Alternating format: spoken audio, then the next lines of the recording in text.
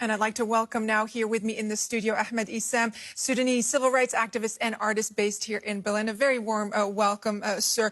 We're still seeing these extraordinary images coming out of your home country where protesters are just unwavering in their demand for the military council to make way for a civilian government. How much trust is there in the military council to deliver and make good on their promise? Until now, the military council is having a phase from the old regime, like 3 major phases from the old regime. I think the protesters are saying that until that change, still the mistrust will be between the protester and the military.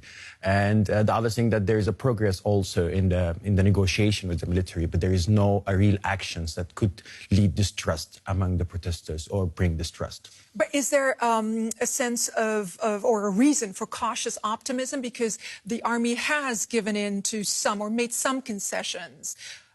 Is there some optimism? The concession is not meeting the main demands that the people are looking for, which is a transition toward a civil transitional government or a civil transitional government or civil authority. Until now, all the decision maker in the country is the military council. And this is the protesters are demanding, according to the Declaration of Freedom and Change that they signed in the beginning of these demonstrations, that they are demanding a civil society, a civil authority.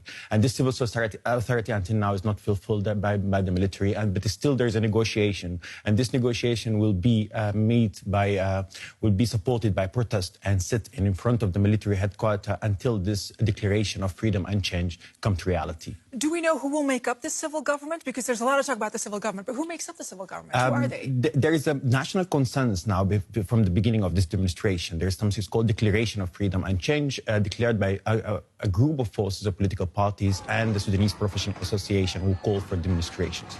And the political parties show no interest in joining this government, but this is Declaration of Freedom and Change. They said that we need a government of professional and technocrat that they can lead this country to a social democratic country.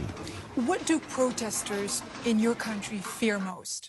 Fear most that the continuation of military rule after 30 years, non-democratic change in the country, and non-peace and non-development. Tell us about your aspirations for your country, for a post-al-Bashir Sudan. I'm happy like millions of Sudanese, and I think we are waiting for this transition to be part with other Sudanese citizens to pave the way to democratic change and democratic society. So we are waiting for this change to come to reality. This military rule to end 30 years is a very heavy heritage of war, conflict, and repression. There is a need for any Sudanese to work hard to fulfill the dreams of every Sudanese for prosperity and development. When you talk to your friends back home in Sudan, your family, what are they telling you? What's it like right now to be in Sudan? Sudan now is a big celebration. In front of the head military quarter was a sit-in. That's for now, since 6th April, there's a sit-in. It's turned to be a celebration space, a space where the political celebration, cultural celebration, a place for national dialogue, political education, and democratic education that people have a conversation. I think this is the small sit-in in front of the headquarters represent all of the inspiration, all of the dreams of my family, my friends, and my comrades in the ground. Ahmed Issam, Sudanese civil rights activist and artist based here in Berlin. Thank you for coming in. Thank you.